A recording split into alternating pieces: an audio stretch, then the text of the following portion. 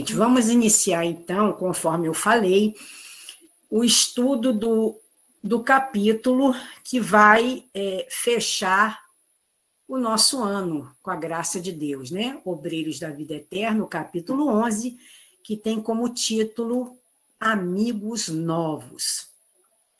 Com esse estudo de hoje, gente, na realidade, a gente vai chegar no meio do livro. Nós estamos exatamente no meio do livro, objeto do nosso estudo durante o ano, com a graça de Deus, né? Aprendemos muitas coisas, muitas lições, e ainda temos muita coisa a aprender com o André Luiz. Talvez nessa existência ainda, com certeza, não daremos conta.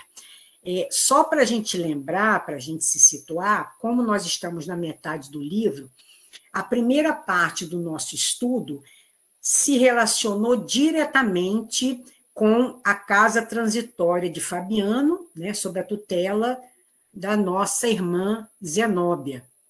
E nessa segunda parte, que nós vamos iniciar hoje e vamos continuar no próximo ano, a equipe de André Luiz, ela, na realidade, vai começar a levar a efeito a missão deles, que é exatamente auxiliar no processo da desencarnação de 5 irmãos. Só que, mesmo assim, mesmo a gente sabendo que agora passa por uma nova fase o livro, um novo olhar, durante todo o desenrolar desse auxílio no processo de desencarnação desses 5 irmãos, que nós vamos ver daqui para frente, vai estar, mesmo assim, essa atividade deles vai estar diretamente ainda ligada à casa transitória de Fabiano, né? Vai ser tutelada e acompanhada também pela casa transitória de Fabiano. Então, nós vamos ver a partir de agora, vamos conhecer um pouco desses 5 espíritos que vão ser auxiliados pela espiritualidade no processo de desencarnação deles. E vamos saber o porquê que isso vai acontecer, né? Por que eles vão ser auxiliados? E aí nós vamos ver que uns com mais méritos, outros com menos méritos, mas durante o nosso estudo de hoje, nós vamos fazer um apanhado geral e a gente vai entendendo ao longo do capítulo. Vamos, como sempre, ver o que o contexto do capítulo nos traz de ensinamento. Então, o contexto do capítulo 11, nesse contexto, nós vamos ver a equipe de André Luiz, que vai começar os preparativos para o auxílio às desencarnações programadas, que é exatamente a missão da equipe dele. Nós vamos conhecer, conforme eu já falei, os 5 espíritos que serão auxiliados em seus respectivos processos desencarnatórios, a condição e a característica de cada um.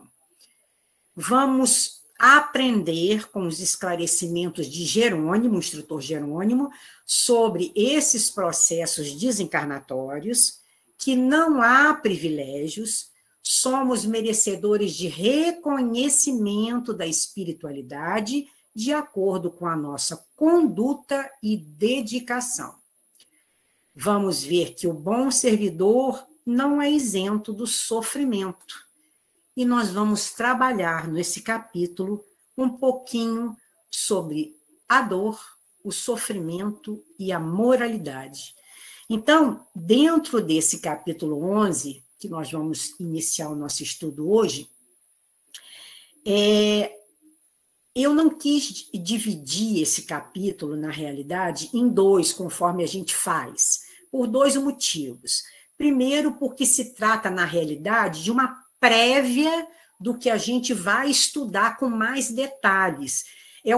André Luiz fez, nesse capítulo Amigos Novos, um preâmbulo do que vai acontecer, porque ele vai esmiuçar nos próximos capítulos cada espírito, a história de cada um, a trajetória de cada um, o porquê cada um está sendo auxiliado. Então, vai ser uma coisa bem detalhada. E se a gente dividisse o capítulo hoje, ia ficar um pouco desse genérico para o ano que vem. Então, nós entendemos melhor deixar para o ano que vem já o início da trajetória de cada um. E hoje a gente vai trabalhar no genérico. Vamos nos basear principalmente nesses esclarecimentos preciosíssimos do instrutor Jerônimo, muito importante para nós, e vamos trabalhar a relação que a dor, o sofrimento e a moralidade têm em todo esse processo. Vamos lá, então. Vamos conhecer um pouco agora desses espíritos que serão auxiliados. Então, nós vamos conhecer mais para frente a história de Dimas, que é médium, espírita, enfermo, desapegado das coisas materiais e socorreu muitos espíritos através da sua mediunidade. Vamos conhecer a história de Fábio, que é espiritualista, enfermo, ajudava durante o sono a espiritualidade nos trabalhos de transposição energética. Vamos conhecer Albina, que é evangélica, está numa idade avançada, próxima ao desencarne, e trabalhava na evangelização de jovens e crianças. Vamos conhecer Cavalcante, católico praticante, estava internado num hospital público, foi abandonado pela família exatamente pelo seu desapego das coisas materiais e é devotado, sempre foi durante sua encarnação, essa última encarnação, ao serviço ao próximo. E, finalmente, vamos conhecer Adelaide, é médium espírita também, estava numa idade avançada e dedicada aos enfermos e aos órfãos na sua instituição espírita. Então, gente, como eu já falei, durante os capítulos que nós vamos estudar ano que vem, nós vamos estudar detalhadamente a situação de cada um desses irmãos. Por hora, nós vamos nos ater a essas pequenas informações aí, que a gente fez um apanhado geral de cada um, para a gente poder entender o motivo, né, o porquê deles serem auxiliados nos seus desencarnes, de uma maneira assim, mais direta, mais significativa. E todos eles, assim como todos nós, vivenciamos diariamente, durante nossa encarnação ou encarnações anteriores a essa, estamos muito ligados aos fenômenos de dor, de sofrimento, e vamos aprender um pouquinho dessas condições morais do espírito, né? Para que, de alguma forma, a gente possa assimilar o que André Luiz sempre quer nos mostrar em todas as lições que nós estudamos. De todos esses 5 casos, o que me chamou bastante atenção, lendo assim rapidamente, né, porque nós vamos ainda entrar mais a fundo na história dele, foi o caso de Fábio. Fábio, contando rapidamente, quem leu o livro, leu o capítulo, já está sabendo, mas quem não leu, não teve a oportunidade ainda, rapidamente falando, conforme eu falei, ele era espiritualista, ele não era espírita, ele não era católico, ele era espiritualista, ele entendia que existia alguma coisa além da vida, né, além da matéria, ele sabia disso, tinha certeza disso, ensinava isso aos filhos, ensinava a necessidade de se crer em algo além do material, e tinha uma vida pautada no bem, no devotamento ao próximo, estava padecendo de tuberculose grave, está prestes ao desencarne, e ele, durante o sono, durante o desdobramento, é um exímio e presente colaborador da espiritualidade na aplicação de passes. Então, além de ajudar o próximo de uma forma mais direta, dentro do que ele acreditava durante a sua existência material, da sua existência em humanidade, ele também colaborava com a espiritualidade nesse sentido e era reconhecido por isso. A espiritualidade reconhecia o trabalho dele por isso. Essa contraproposta espírita aí é uma coisa muito interessante. Vamos ver aqui. Se esta crença fosse indispensável à salvação dos homens, que seria daqueles que, desde o começo do mundo, não tiveram a possibilidade de possuí-la, bem como daqueles que, durante ainda muito tempo, morrerão sem tê-la? Poderá Deus fechar as portas do futuro para eles? Não. Os espíritos que nos instruem não são assim tão pouco lógicos. Eles nos dizem: Deus é soberanamente justo e bom. Não faz da sorte futura do homem subordinar-se a condições alheias à vontade deste. Eles não nos pregam que fora do espiritismo não possa haver salvação, mas sim como Cristo. Fora da caridade não há salvação. Isso aí, gente, na realidade é um trechinho da obra de Kardec, o que é o Espiritismo, no capítulo 1. Eu coloquei como contraproposta espírita pelo seguinte: essa partezinha, esse artigo, foi publicado na Revista Espírita de 1861 como uma resposta de Kardec a um artigo intitulado Bibliografia Católica, que foi exatamente contra ao que pregava, né, ao que mostrava, ao que ensinava o Espiritismo, e o Espiritismo foi duramente criticado através desse artigo, e Kardec deu essa resposta, né, essa frase tão falada dentro do meio espírita, né, fora da caridade não há salvação, que está no Evangelho segundo o Espiritismo, e Kardec fez questão de publicar isso na Revista Espírita de 1861 como uma contraproposta, porque nesse artigo da Bibliografia Católica, contra os preceitos da doutrina espírita, foi colocado que fora da igreja não há salvação. Então, Kardec publicou esse artigo, sendo muito claro a esse respeito, de que fora da caridade não há salvação, nem dentro do espiritismo, fora do espiritismo não pode haver salvação. Isso realmente é uma das coisas muito interessantes que a gente pode observar dentro da doutrina, que me chama muito a atenção, porque a espiritualidade não tem religião, não é verdade? Nós devemos atentar muito para isso. E de tudo que a gente estuda e aprende todos os dias, a gente sabe perfeitamente que esse viés religioso que a doutrina espírita toma é, ao mesmo tempo, um pouco até perigoso, porque nos coloca numa posição muito crítica, né? De muita responsabilidade também para nós, conosco mesmo, né? A gente pode até entender que isso, na realidade, nos dá uma maior responsabilidade, muito maior, porque nós sabemos exatamente o que nós devemos fazer e não fazemos. Vamos seguir, então.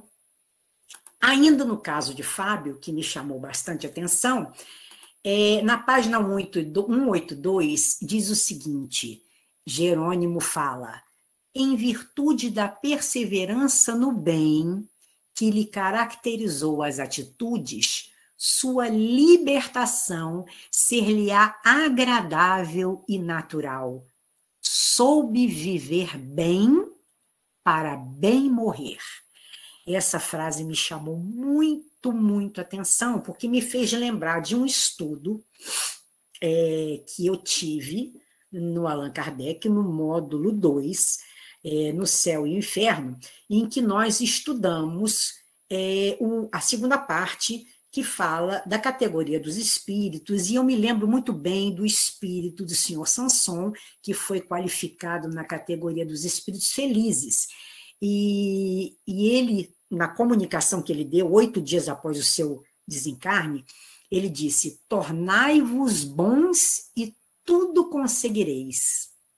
Procurai, no entanto, morrer em graça para muito saberdes. É muito interessante isso está na obra fundamental, O Céu e o Inferno, na segunda parte, no capítulo 2, quando fala dos espíritos felizes. Nessa quarta obra de Allan Kardec, que é O Céu e o Inferno, que eu já falei, né, essa comunicação do senhor Sanson, vale a leitura, porque é excepcional o que um espírito pode nos legar de conhecimento, e ele deixa claro a necessidade desse nosso adiantamento moral, para que a gente possa ter o desprendimento do nosso corpo físico de uma maneira muito tranquila, sem muito sofrimento.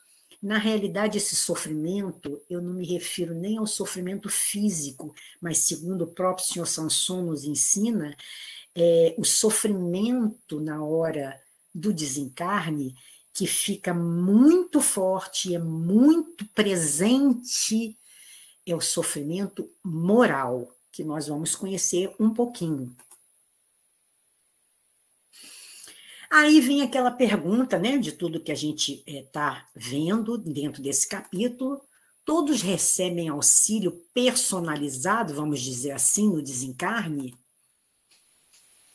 Na página 176, Jerônimo nos instrui.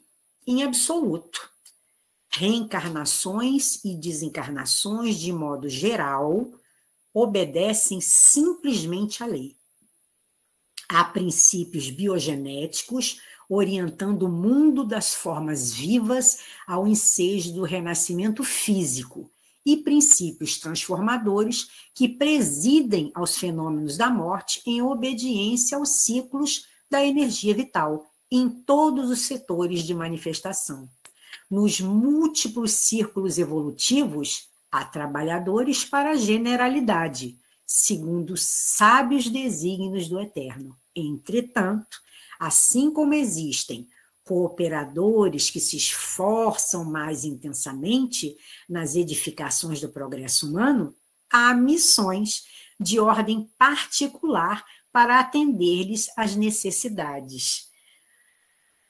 Quando eu li isso, a primeira coisa pela qual eu fiquei deslumbrada, como sempre, né, nas obras de André Luiz, o que me deslumbra, é observar as instruções que nos são passadas no sentido do equilíbrio. Tudo está em equilíbrio. É como Jerônimo passa muito claramente aqui para nós, né? Existe um fenômeno natural, isso é tudo. São leis divinas que são leis naturais. Existem processos, né, que formulam, que presidem o renascimento físico, né, o nascimento, e também fenômenos, princípios naturais que presidem e gerenciam o desencarne. Agora, é como explica Jerônimo, nada mais natural do que ter esse olhar meio que particular para os que são colaboradores e que, de alguma forma, tiveram uma presença, tiveram êxito no seu planejamento reencarnatório. Deu tudo certo, fiz tudo o que devia fazer, poxa, muito bom, eu fiz tudo que eu podia, né? Fiz todo o bem que eu podia fazer e estou com a minha consciência tranquila, aprendi e coloquei em prática o que eu aprendi. Nada mais justo, né? Então, quando André Luiz ele começa a ver toda aquela movimentação, né, para a equipe poder começar o trabalho nessa missão, ele pergunta isso a Jerônimo, né? Então, deixa muito claro o seguinte: ninguém, absolutamente ninguém, fica sem um amparo espiritual. Existem equipes para isso, há trabalhadores para isso, há toda uma lógica que coordena isso tudo. Mas é claro que os que se destacam no bem, não importa com isso, e nós vamos ver, tanto aqui como mais para frente, em outros capítulos, nós vamos ver que não importa absolutamente a religião que cada um professa, isso não interessa. O que interessa é exatamente o caminho correto, a fé de uma forma vivenciada, né? A fé que professa, eu sou isso, sou aquilo, não interessa. O que interessa é o bem que se faz efetivamente, mas também nós temos que entender uma série de coisas, que nisso tudo aí reside uma tal de moralidade. Aí a gente vai perguntar, mas que negócio que é esse de condição moral? Atender às leis morais, o que é esse negócio de moralidade? A gente fala muito isso dentro do meio espírita, né? A minha condição moral, nós temos que atentar para a nossa evolução moral, mas muita gente não sabe nem o que é isso. Muitos não sabem, não têm noção de como trabalha isso, o que leva a gente a fazer isso e por que nós temos que fazer isso. Então, vamos aprender um pouquinho o que é moral. É a regra do bem proceder, isso é, de distinguir o bem do mal. Funda-se na observância da lei de Deus. O homem procede bem quando faz tudo pelo bem de todos, porque então cumpre a lei de Deus. Isso está na questão 629 do Livro dos Espíritos, do Livro dos Espíritos, exatamente a resposta do que é moral. Mas aí vem a outra questão, mas o que é essa tal de consciência moral do espírito? Né? Deus deixa ao homem a escolha do caminho. Tanto pior para ele se toma o mau caminho. Sua peregrinação será mais longa. Se não existissem montanhas, o homem não compreenderia que se pode subir e descer.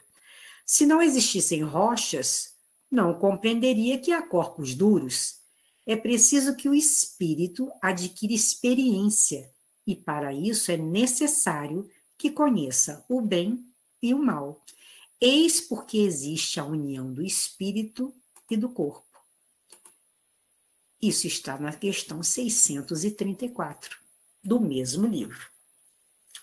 Aí a gente para, depois de ler isso, e se pergunta, mas, gente, como é que essa tal de consciência moral, como é que ela se estrutura, né? Ou seja, como é que ela se forma? O que acontece com essa moralidade? Como é que ela é construída dentro de nós? Então, para a gente poder entender de uma forma assim tranquila, para que a gente possa assimilar esse entendimento que os espíritos nos ensinam, a gente tem que partir do princípio que nós fomos criados simples e ignorantes. E aí nós vamos construindo, dentro desse nosso mundo moral, né, nós vamos construindo isso dentro do nosso ser através das nossas escolhas, é como os espíritos ensinam aqui. A gente tem os caminhos, nós temos o nosso livre-arbítrio, e é através disso que nós vamos construindo dentro de nós esse mundo, essa consciência moral. O indivíduo moralizado, na realidade, é aquela pessoa que vê um sentido da vida além das condições que ele pode proporcionar ao corpo, nas condições biológicas. Ele entende que existe algo mais a ser feito, né, do que simplesmente levantar, comer, beber, dormir, trabalhar, estudar. Existe algo mais que precisa ser feito, né? Então, são esses valores que a gente, na realidade, vai juntando, é como se fosse um tesouro que a gente vai, a cada dia, trabalhando e fazendo e escolhendo o melhor caminho e praticando alguma coisa de bom para o outro, e nós vamos guardando isso dentro das nossas caixinhas, né, da consciência, que é como se fosse um grande arquivo, e ali nós vamos colocando as nossas boas ações efetivamente praticadas com caridade, com entendimento, com amor. Isso tudo nós vamos juntando ao longo da nossa existência. E qual a importância dessa transformação moral? Transformação moral não se faz somente com conhecimento, com ilustração do espírito, com a admiração da beleza e profundidade da doutrina, com a distinção entre o bem e o mal. Transformação moral requer renúncia, obediência às leis de Deus, identificação das próprias inferioridades e esforço permanente para superá-las.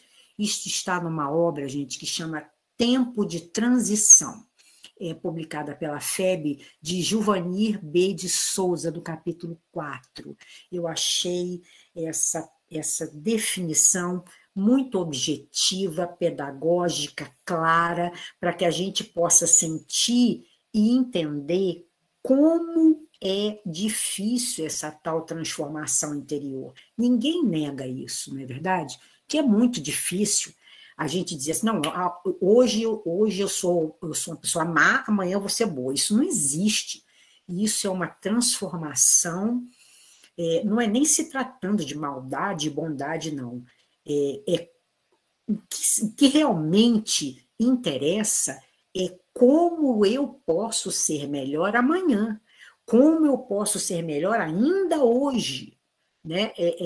São as dificuldades que a gente tem que vencer, isso dentro da gente mesmo, né? Essa luta que eu falo sempre em todas as lições de André Luiz, eu falo sobre isso, essa luta que a gente tem conosco.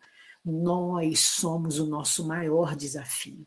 Para que essa transformação moral ela se processe, nós precisamos abrir a nossa mente, entender o que precisa ser feito de uma forma efetiva, para que a gente possa entender que não basta só a gente cultivar a inteligência e adquirir conhecimento. É muito mais que isso. Como diz o pessoal, você não está entendendo, é bem mais que isso. Vamos estudar um pouquinho, aliás, da lição preciosíssima que nos traz Jerônimo, nesse capítulo. A argumentação de Jerônimo. Quando Jerônimo começa a falar, né, como ele já falou lá atrás, a respeito dessa personalização, vamos dizer assim, né, desse atendimento do processo desencarnatório desses espíritos, André Luiz, né, o homem dos porquês, ele começa a ter uma opção de interrogação, mas por que disso, por que daquilo, né? E aí Jerônimo vai mais além. Ele diz, não se trata de prerrogativa injustificável, nem de compensação de favor. O fato revela ordenação de serviços e aproveitamento de valores. Olha o equilíbrio aí. Se determinado colaborador demonstra qualidades valiosas no curso da obra, merecerá, sem dúvida, consideração. A concepção humana do socorro divino é viciada desde muitos séculos. A criatura pressupõe no amparo de Deus o protecionismo do sátrapa terrestre. Sátrapa é o déspota, né? Aquela pessoa que se impõe. Essa espera perpetuidade de favores materialísticos, injustificável destaque entre os menos felizes. Desdenha servir, estimar e entender quando não seja em retribuição. É muito interessante essa colocação de Jerônimo, porque, na realidade, ele está dando, assim, de uma forma muito delicada, muito gentil, muito, assim, educada, um grande puxão de orelha em todos nós, não é verdade? Ele está dizendo, em outras palavras, que esse atendimento não se trata de nenhum favor, aproveitamento de favor, de compensação. Ah, você foi muito bom, eu vou te compensar por isso. Não se trata disso. É essa concepção humana que nós temos, é isso que a gente carrega com a gente, né, de outras encarnações, ainda vamos levar para as outras, para as próximas, com certeza. É essa concepção humana do amparo de Deus. Há muitos de nós ainda têm até essa concepção de Deus, essa concepção humanizada de Deus, né? E em decorrência disso, nos leva a entender muita coisa vinculada a esse lado material. Então, a gente percebe esse esclarecimento de Jerônimo de uma forma muito justa. Ele nos mostra como é que nós somos viciados, né, na ideia quando se refere ao que é o bem.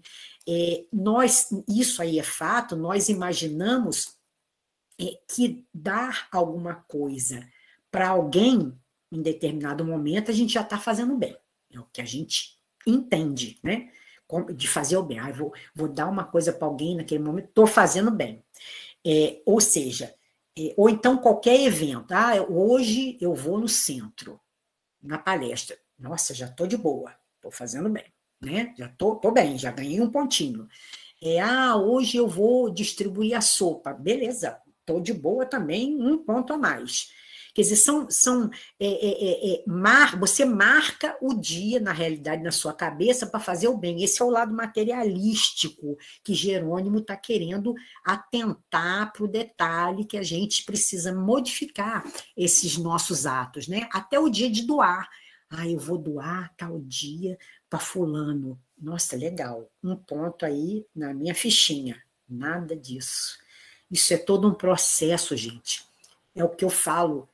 E isso eu falo para mim também, principalmente para mim. Essa luta é conosco. Essa luta é comigo mesma. Na realidade, esse bem que a gente vai formando é o resultado de um conjunto durante a nossa existência. É um conjunto de valores que a gente vai adquirindo e vai fazendo sem perceber, vai modificando o nosso horizonte, vai modificando a nossa consciência, para que a gente faça aquilo de uma forma natural, entendendo que aquilo é natural. A lei divina é uma lei natural. Tudo decorre dela de uma forma muito equilibrada. Então, a gente percebe isso nos estudos que a gente faz, e a gente entende até que, e muitos de nós já pôde ter vivenciado isso, quando a gente faz alguma coisa, a gente sente uma coisa diferente acontecer conosco. Quando a gente faz um bem, sem nem você estar pensando em fazer, não, hoje eu vou fazer aquilo para tal pessoa. Não, você naturalmente já faz aquilo. Então, você sente aquele bem-estar, aquela coisa diferenciada dentro de você. Essa é a coleção de valores que a gente vai adquirindo durante toda a nossa existência. Quando chegar no final dessa existência, com certeza, não há como modificar, é como Jerônimo está falando. Isso é o reconhecimento por você ter sido tão bom. Mas não porque, não, é uma troca de favor. Não, naturalmente isso acontece. E isso não quer dizer nem que se você não for bom, você vai deixar de ser amparado. Absolutamente. Olha como tudo está em equilíbrio. É que, conforme Jerônimo esclarece a André Luiz, nós temos o hábito de pensar no imediatismo, né? Tudo em determinados pontos e naquela hora. Continuando a argumentação preciosa de Jerônimo, o subsídio celeste traduz-se por benditas oportunidades de trabalho e renovação. Chega muitas vezes ao círculo da criatura como se foram gloriosas feridas, magníficas dores, abençoados suplícios. De maneira alguma ficarão isentos de testemunhos difíceis nas demonstrações imprescindíveis. Não que o Senhor intente transformar discípulos em cobaias, mas pela imposição natural da obra educativa em que a lição do aluno atento e fiel deve interessar a classe inteira. O que quase sempre parece sofrimento e tentação constitui bem-aventurança, transformando situações para o bem e para a felicidade eterna. Isso quer dizer, e obviamente nós sabemos disso, né, que mesmo os que permanecem no bem e que estão no trabalho, que se esforçam diariamente, sem esperar retribuição absolutamente nenhuma, ninguém, absolutamente ninguém, está isento de dor e de sofrimento. Isso aí nós sabemos até e nós podemos observar isso através dos nossos estudos, é um grande processo pedagógico, né? Pela nossa indisciplina, a lei natural. O que você deixa de fazer, você deixa de seguir aquela lei natural, obviamente, você descumpriu aquilo, você quebrou aquilo. Então, o que acontece? Esse ar, né, pela graça divina, esse processo reencarnatório, né, que nos permite nos permite prometer que nós vamos voltar, eu não vou fazer nada mais do que eu fiz, eu prometo, eu juro que eu não vou fazer. Mas você vai. Ainda bem que a espiritualidade sabe e conhece as nossas limitações.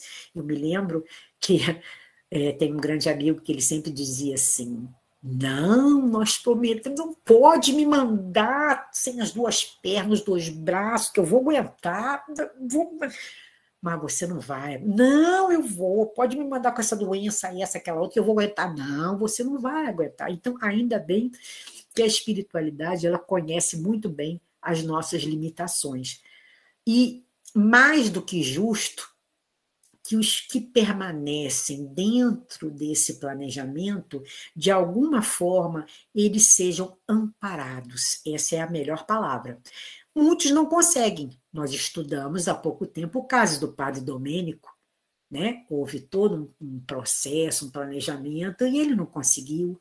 Ele simplesmente foi por um outro caminho que nós já estudamos, já conhecemos, um caminho que só lhe trouxe tristezas e transtornos, né? E ainda bem que, como tudo passa, não importa o tempo, tudo tem um fim para um outro recomeço, ele conseguiu. Então, vamos trabalhar um pouquinho o que é dor e sofrimento. A dor e o sofrimento. Eu não sei se vocês já assistiram esse filme, mas é muito interessante a gente observar esses dois fenômenos na ótica desse filme A Vida é Bela. Esse filme italiano, inclusive, se não me engano, até ganhou o Oscar e tudo, ele se passa dentro de um campo de concentração nazista durante a Segunda Guerra Mundial na Itália, e essa família foi afastada, a mulher, né, foi afastada, e ficaram os dois homens dentro do campo de concentração, o pai e o filho. E o pai, é muito interessante, o que ele faz, ele cria toda uma situação para que o filho, para proteger o filho do terror e da violência, né, daquele campo de concentração, ele cria toda uma situação, ele usa a imaginação para que ele faça o filho acreditar que tudo não passa de uma grande brincadeira. E assim se passa o filme. O filme é extremamente triste, mas é uma grande reflexão sobre dor e sofrimento. A dor faz parte da vida, não há como a gente evitar. O sofrimento, não. O sofrimento pode ser até diminuído e evitado. Vai depender de nós. É fácil? Claro que não. Nada que eu estou falando é fácil. E podem ter certeza de uma coisa, nada do que eu estou falando aqui, eu estou fora. Não, estou dentro e muito. Talvez estou mais atolada do que outra coisa. Estou até aqui. Vamos fazer um pouquinho dessa reflexão. Quando a gente fala em dor e sofrimento, a primeira coisa no estudo, quando eu estava preparando, me remeteu na hora a esse ensinamento de Jesus, o jugo leve, que está em Mateus 11, 28 a 30. Vinde a mim todos os que andais em sofrimento e vos achais sobrecarregados, e eu vos aliviarei. Tomai sobre vós o meu jugo e aprendei de mim, que sou manso e humilde de coração, e achareis descanso para vossas almas, porque o meu jugo é suave e o meu fardo é leve. Todos os sofrimentos, misérias, decepções, dores físicas, perdas de seres queridos, encontram sua consolação na fé no futuro e na confiança na justiça de Deus, que o Cristo veio ensinar aos homens. Sobre aquele que, pelo contrário, nada espera após esta vida, ou que simplesmente duvida, as aflições pesam com todo o seu peso, e nenhuma esperança vem abrandar sua amargura. Eis o que levou Jesus a dizer: vinde a mim, vós todos que estáis fatigados, e eu vos aliviarei. Isso está no Evangelho segundo o Espiritismo, capítulo 6, 1 e 2. Aí a gente se pergunta, esse jugo aí, ele vai, a gente sabe, né, que ele vai ser mais leve, vai ser leve se a gente obedecer à lei. Aí a gente se pergunta, mas que lei? Que lei é essa? Que se eu cumprir, se eu seguir, esse peso não vai pesar tanto. É exatamente a regrinha de ouro, é o ensinamento de ouro que o mestre nos deixou. Exatamente. Fazer aos outros o que nós gostaríamos que nos fosse feito, que é exatamente a lei mais difícil de ser cumprida, sem dúvida nenhuma, é a mais difícil. A gente tem que pensar que se a gente praticar essa lei, se a gente entender e praticar, a gente vai atualizando com isso, né, o nosso potencial de justiça, de caridade, de amor, com relação a nós mesmos e ao próximo. A nós mesmos e a Deus, com relação a Deus, a nós mesmos e ao próximo. E o Espiritismo, ele tem essa propriedade. Ele nos mostra, com isso tudo, esse grande processo pedagógico que nos traz o sofrimento através da dor, nos dá aquele alento e aquela explicação que nós conhecemos bem. Vamos na lógica desses sentimentos. A dor. A dor, gente, na realidade é um fenômeno. Ela pode durar pouco, né? Como, por exemplo, a picada de uma abelha, a picada de uma injeção, a perda de um ente querido, né? É aquela coisa imediata, é aquela coisa na hora, né? E aí, seguida a dor, vem o sofrimento. O sofrimento é exatamente essa reação emocional à dor, que é aquele fenômeno imediatista. Então, o que acontece? A gente pode entender esse sofrimento por um tempo indefinido, né? Por um tempo que a gente não sabe, né, quanto tempo que ele vai durar, a gente não sabe. Ou a gente pode durar uma existência, ou alguns meses, ou anos, ou até a gente carregar isso para outras existências, né? Isso, na realidade, vale bem para uma boa reflexão nossa. Tanto a dor como o sofrimento são dois sentimentos que, se a gente for ficar refletindo a respeito, a gente nem vai dar conta hoje, né? Porque o tempo realmente não vai dar. A dor, ela é inevitável. Ela está na natureza, a gente pode ver bem isso. O sofrimento, ele é inevitável, ele é opcional a partir do momento que ele depende de uma dor física, mas ele é inevitável se depender de uma dor moral. Isso tudo nos ensina um processo chamado evolução.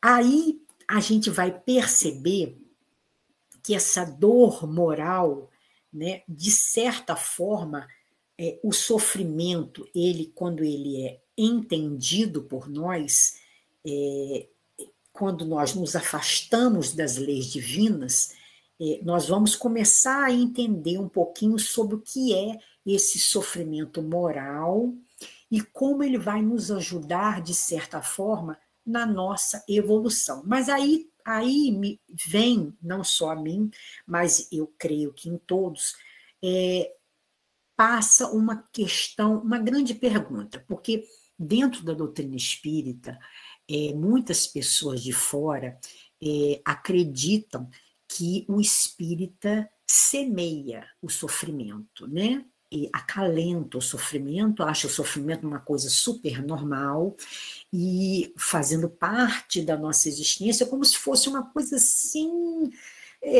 como a nossa escova de dente, escovando o dente todo dia. Não é assim, gente. É claro que nós entendemos os propósitos da dor e do sofrimento, mas acima de qualquer coisa, eu não tenho como mensurar o que o outro passa, a dor do outro e o sentimento do outro. Por isso é que nós, principalmente espíritas, devemos entender um outro grande sentimento chamado respeito. Enquanto nós não entendermos isso, e isso eu digo, porque eu já falei algumas vezes, muitos espíritas entendem isso pelo entendimento que nos passado, né?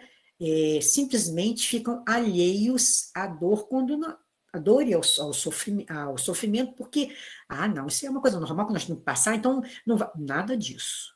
Nós temos que entender que junto à dor e ao sofrimento existe um outro sentimento que tem que andar de mãos dadas, chamado respeito. Aí a gente começa a pensar, mas gente, nossa, será que a gente foi feito para sofrer? Será que é esse o planejamento? A dor e o sofrimento, será que fazem parte da nossa caminhada? Tomara que eu consiga dessa vez passar o que eu realmente quero passar. Tomara, né, que esteja boa a internet, para que a gente possa aprender um pouquinho sobre isso com Jorge Elahá, sobre sofrimento e justiça divina. Busquemos entender isso. Na realidade, são escolhas nossas. O que nos leva ao sofrimento, à dor e ao sofrimento, são escolhas nossas. São as nossas próprias escolhas que fogem ao equilíbrio da lei natural. No livro Consolador, quando se fala da evolução, no tópico dor, no item 239, quando é perguntado a Emmanuel, entre a dor física e a dor moral, qual das duas faz vibrar mais profundamente o espírito humano? Podemos classificar, aí responde Emmanuel, podemos classificar o sofrimento do espírito como a dor realidade e o tormento físico de qualquer natureza como a dor ilusão. Em verdade, toda dor física colima ao despertar da alma para os seus grandiosos deveres, seja como expressão expiatória, como consequência dos abusos humanos ou como advertência da natureza material ao dono de um organismo. Mas toda dor física é um fenômeno, enquanto que a dor moral é a essência, daí a razão, porque a primeira vem e passa, ainda que se faça acompanhar das transições de morte dos órgãos materiais. E só a dor espiritual é bastante grande e profunda para promover o luminoso trabalho do aperfeiçoamento e da redenção. Na realidade, Emmanuel chama de dor, né, o que nós estamos estudando, de dor e ilusão, A dor, o que a gente está falando agora é de dor e ilusão. E o sofrimento, ele chama de dor realidade, exatamente pelo seu caráter espiritual. A dor e ilusão é um fenômeno que desperta a alma para os deveres. Mas, na realidade, gente, só o sofrimento, que ele considera como dor realidade, é bastante grande, né, e profundo para poder promover esse trabalho, todo um trabalho de aperfeiçoamento e de redenção. Na realidade, o sofrimento ele é inerente à imperfeição da alma. São o que eu falei, as nossas escolhas erradas. Gente, para terminar, vamos ter essa noção, através dessa lição de hoje, de que a gente precisa, de alguma forma, entender o que realmente é praticar o bem.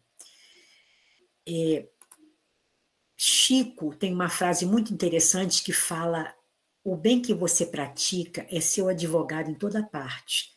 E durante o estudo desse capítulo, nós podemos observar isso. Realmente, dependendo do que você faça, como faça, do jeito que faça, realmente ele vai ser o nosso advogado, vai nos beneficiar em qualquer situação e a qualquer momento. Então, a gente tem que praticar o bem sem parar, porque não adianta orar sem existir a ação. E essa ação não consiste somente em dar o que é material. Vamos prestar atenção nisso. Que Deus nos conceda tempo. Deus nos concede a cada dia uma página de vida nova no livro do tempo. Aquilo que nós colocamos nela corre por nossa conta. A todos, muita gratidão. Um Feliz Natal, abençoado Natal. E que 2022 nós possamos estar juntos, possamos aprender juntos, caminhar juntos e entender que existe muito mais dentro das linhas que a gente lê do que a gente possa imaginar. Vamos trabalhar e praticar isso, meus irmãos. Muita gratidão por esse ano que está terminando, principalmente ao Centro Espírita Fé, Esperança e Caridade, que me permitiu estudar. Muito obrigada.